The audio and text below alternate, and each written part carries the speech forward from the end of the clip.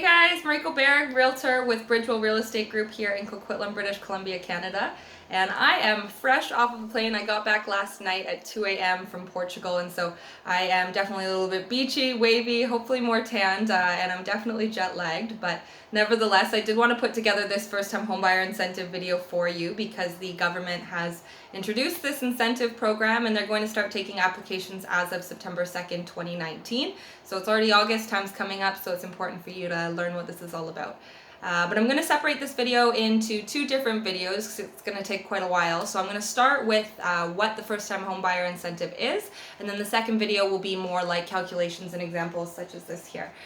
So starting off with what the first-time homebuyer incentive is, it's an incentive for first-time homebuyers, and the first-time homebuyer definition in this particular case also includes people that have purchased a property previously but do not occupy that property as of the last 4 years, and it also includes people that have had recently a marriage breakdown or a common law spouse breakdown, and they need to go out and purchase a property as well.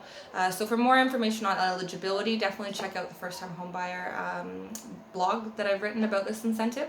But starting off with that, you have to be a Canadian citizen or permanent resident. You cannot have an income that exceeds $120,000, and you also need to meet the minimum down payment requirements. So if you're working with a property that's less than $500,000, the minimum down payment here in BC is 5% of the purchase price. So those are really the basics, and you do also need to make sure that you're using it as a primary residence. This does not apply to investment properties.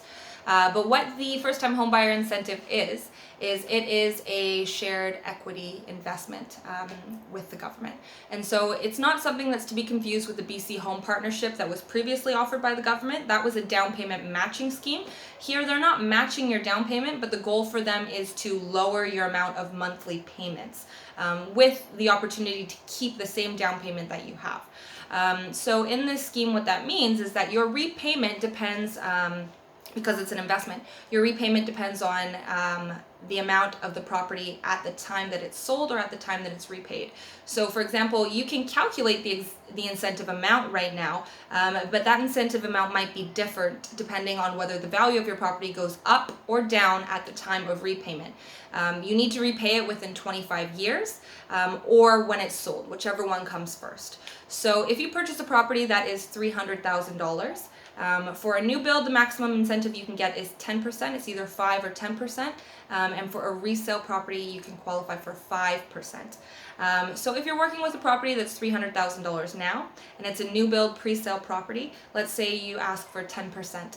So $300,000, 10% of that is $30,000. But let's say that you sell it in 5 years. 5 years down the road, that same property is worth $400,000. So that means that your incentive amount of repayment has increased as well, because it is an incentive. It's an investment for the government. So you are now going to owe $40,000, not the $30,000 that you originally calculated on. So the whole idea is that if you make more money and you end up selling the property for more money, you owe the government more money. But alternatively, if the value of your property went down to $200,000, you only have to pay 10% of the $200,000, which is $20,000. So it works both ways, and it helps to kind of provide you a little bit of a buffer depending on what the market does, whether it goes up or down, or it stays the same. So that's how the incentive calculation works and the repayment works. Again, I'm going to be doing a second video on the calculations and examples, but this is just a good thing to get you started for what the first-time homebuyer incentive is. As I said, they're starting to take applications as of September 2nd, 2019, and then the completion just can't occur until November 1st of 2019.